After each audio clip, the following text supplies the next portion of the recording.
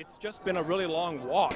Oh, as I say that, someone just threw a rock into the window of the Bank of America building right to my right. That just happened.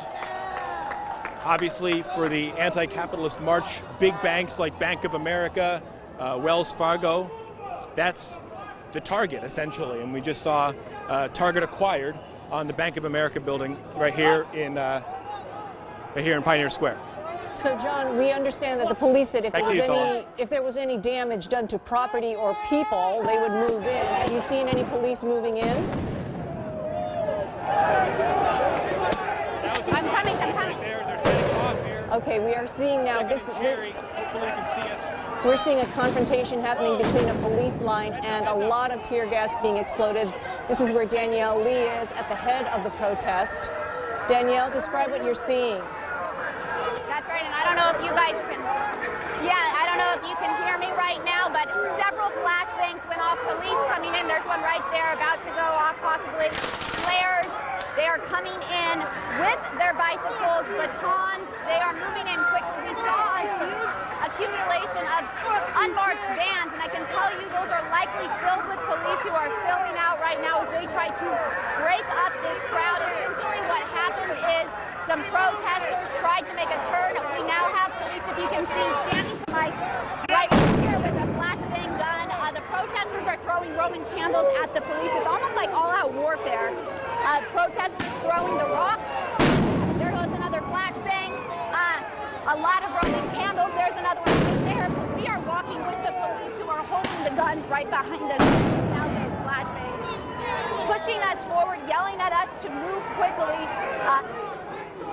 Down. I think the thing that did it was that rock that went at that Bank of America building. Chaos as these protesters try to disperse and run away from Well, they're not messing around. They're pretty startling. The mace has stopped. I just got hit with a rubber bullet. Heads up. We are continuing to move on with the police who are actively pushing us forward as we're now toward the back of this protest. Heading now down 2nd Pick up the Avenue pace. still. Being pushed toward police who have formed more barricades at 2nd and Yesler right now is where we're at. And police continuing to yell, keep moving, and protesters not having a lot of opportunity to do anything other than run right now.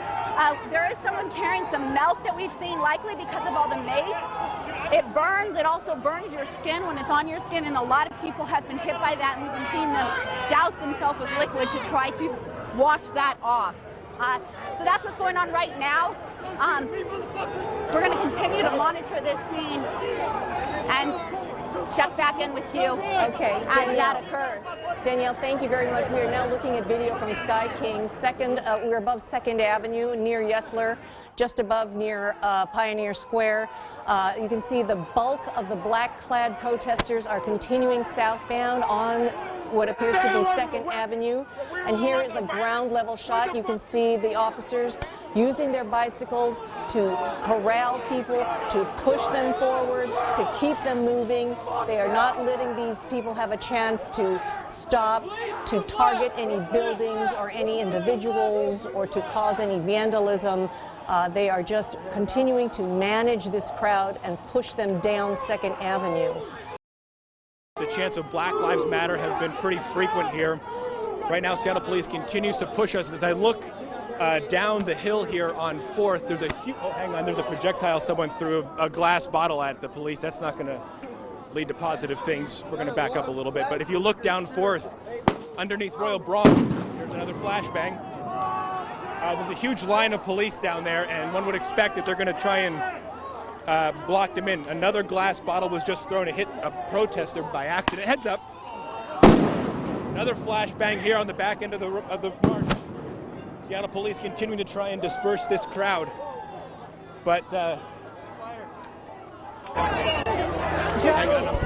might be a fire back there. The marchers, some of the marchers continue to throw back, and there's someone down on the ground over there. I'm not sure exactly what that is.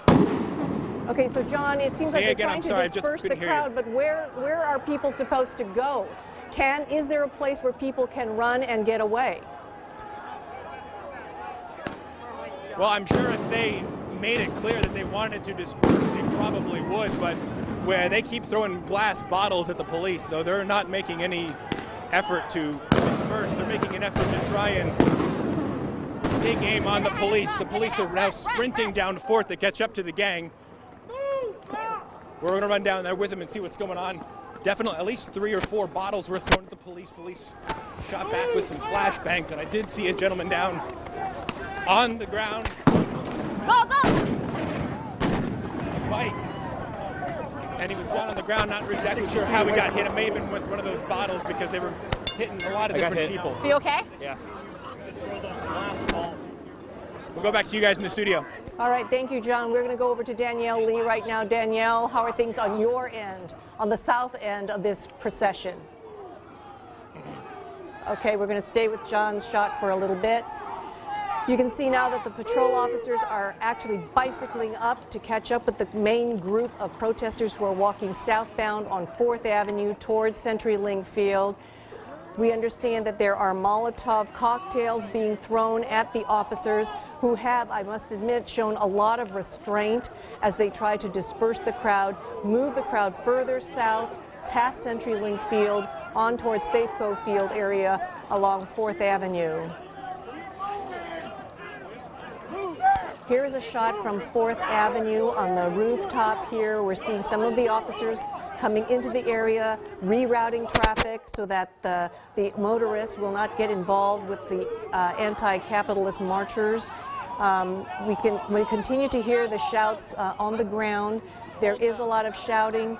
There are a lot of insults being thrown between the marchers and the officers. Officers, again, using their bicycles as a fence, if you will, to move protesters in the direction that they want.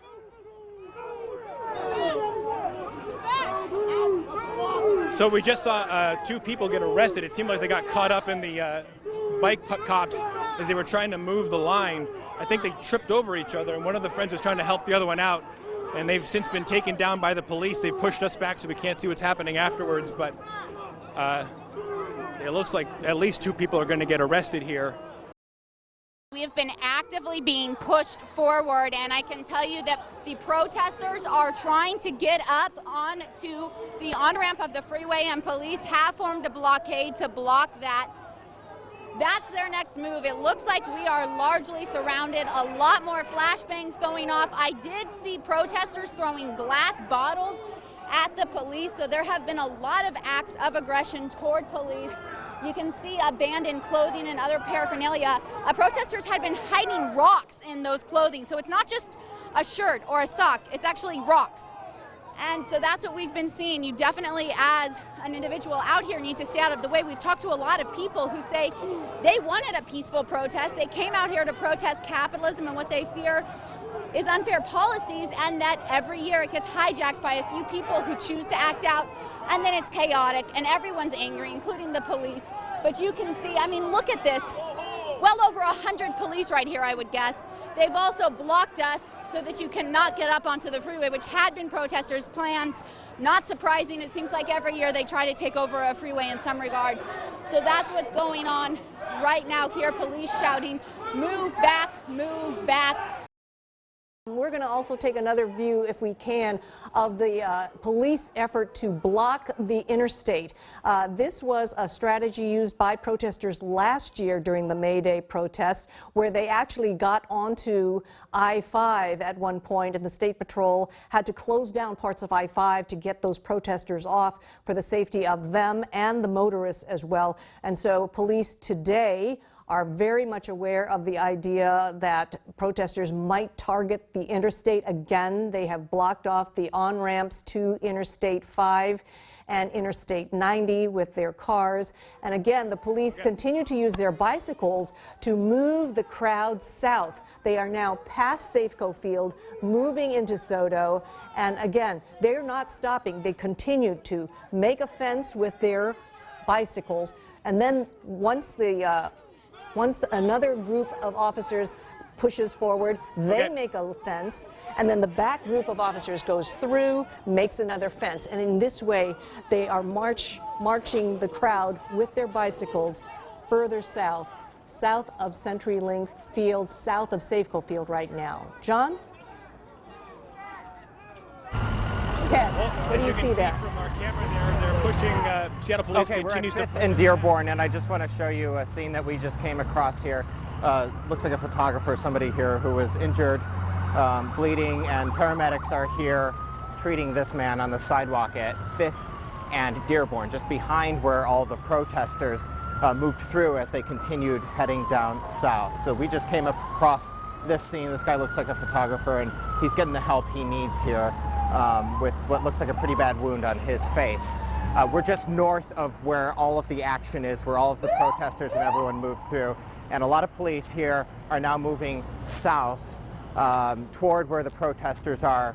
In their wake are left various some damage and individuals like this man behind us who we saw was injured.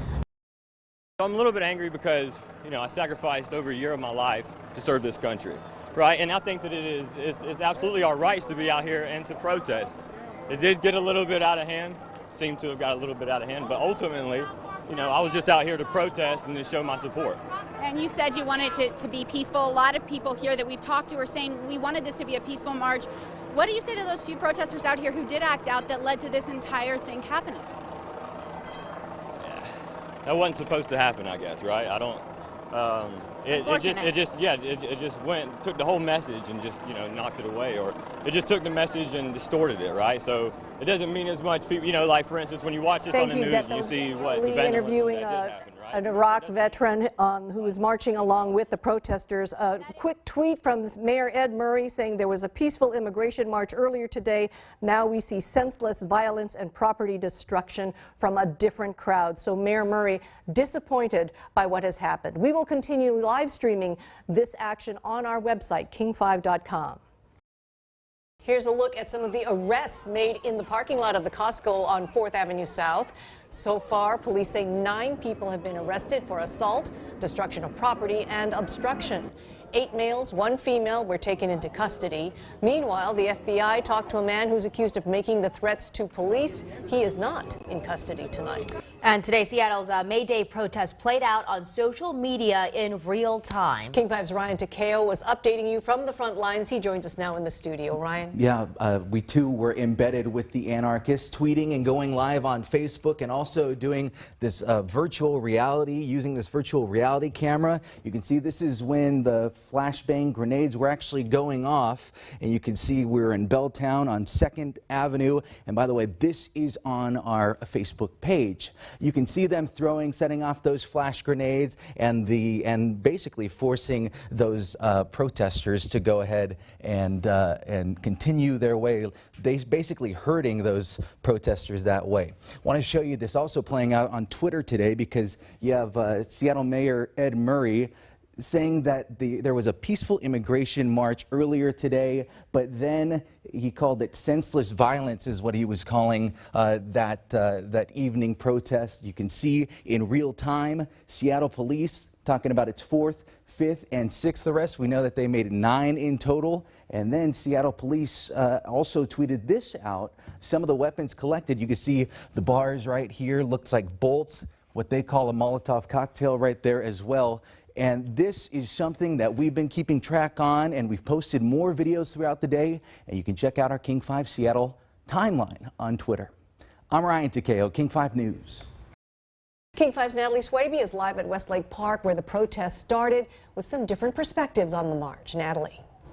Well, right now, pretty much quiet here at Westlake, but that wasn't the case earlier. Earlier tonight, you needed the eye protection. You needed to be able to cover your face, because what started as a solidarity concert turned into a march and escalated, with some protesters arming themselves with rocks and bricks and police using pepper spray to push the crowd back. May Day 2016. How did we go from music and dancing to megaphones and dodging flashbangs? The progression seemed inevitable. It felt really dark, like a dark spirit over here, because people dressed all in black and their faces covered. Once the marching started, right away, a roadblock. Police and pepper spray turned the crowd around. Want to go like left or there? They move up 4th, down 2nd, In the middle of it is Cecilia Carey, a homeless woman who says the message is clear. I am sick and tired of capitalism destroying this country and the planet that we live on. But on the sidelines, some see it different. Protesters need to quit protesting. Yep, and go get a life for themselves and do something positive. As they weave through city streets, a destructive turn. The confrontations keep coming, with rocks whizzing through the air, glass shattering on the ground. Protesters and police face to face leads to this. Where do y'all want us to go? Then the crowd is trapped again, pushing some to strip in the street. Shedding their mask and black clothing, they peel away the armor down to their underwear and keep going. It's the kind of May Day some in Seattle have come to expect. Now, the anti-capitalist march called on people to rage against capitalism, but some spectators to the protest say they didn't come away with that message. Instead, they were upset by the broken windows and graffiti that happened along the way. Live in Seattle, Natalie Swaby, King 5 News.